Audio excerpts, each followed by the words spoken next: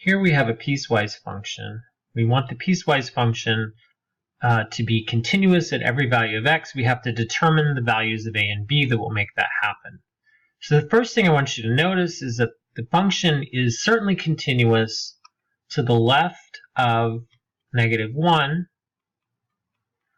because to the left of -1 the function is quadratic, and quadratic functions are continuous. It's also continuous between -1 and 2, because the function is linear there, and it's also continuous when x is bigger than 2. The problem is that at any value of x at which the function changes, in this case that would be -1 and 2, there's a chance the function is a good chance actually that the function is not continuous. So we got to carefully choose a and b so that we get a function which is actually continuous. To do that, we're going to use the definition of continuity. Let's start with x equals -1. In order for the function to be continuous at x equals -1, the limit as x approaches -1 from the left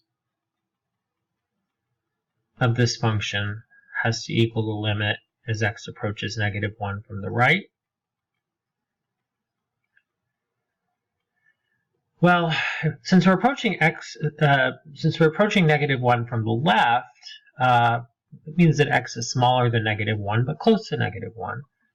And in that case, the function looks like 4 minus x squared.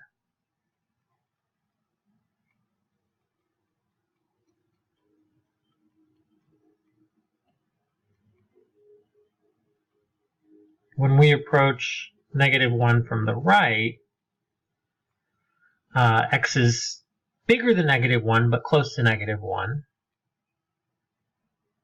That means the function looks like this. Now these limits can be evaluated by directly substituting -1 in for x. If I plug a -1 in here, I get 4 minus -1 squared, which is 4 minus 1, which is 3. If I plug -1 in here, I get -a plus b. So one condition that has to be met, or the condition that has to be met in order for the function to be continuous at -1, is the condition that -a plus b is 3. Now let's move on to x equals 2.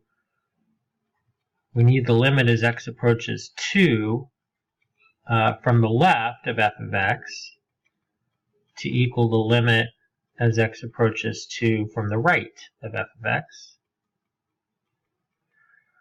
Well, as x approaches 2 from the left, x is smaller than 2 but close to 2, which means the function looks like this.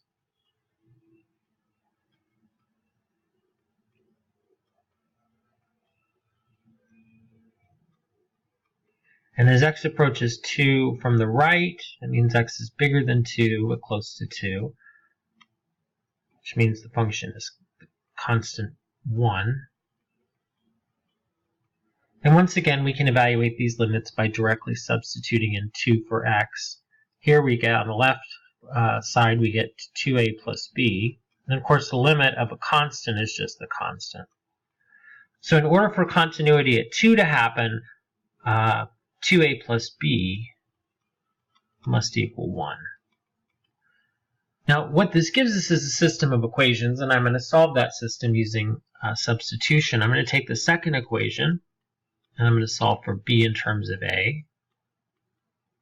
And then I'm going to plug that result into the first equation. And I get -a plus 1 minus 2a equals 3. That's -3a equals 2, which says that a is -2/3. To find b, just use this.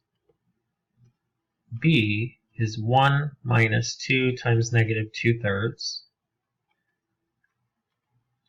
which is 3/3 plus 4/3, which is 7/3. So the values of a and b, which make the function continuous, every value of x are a equals -2/3, b equals 7/3.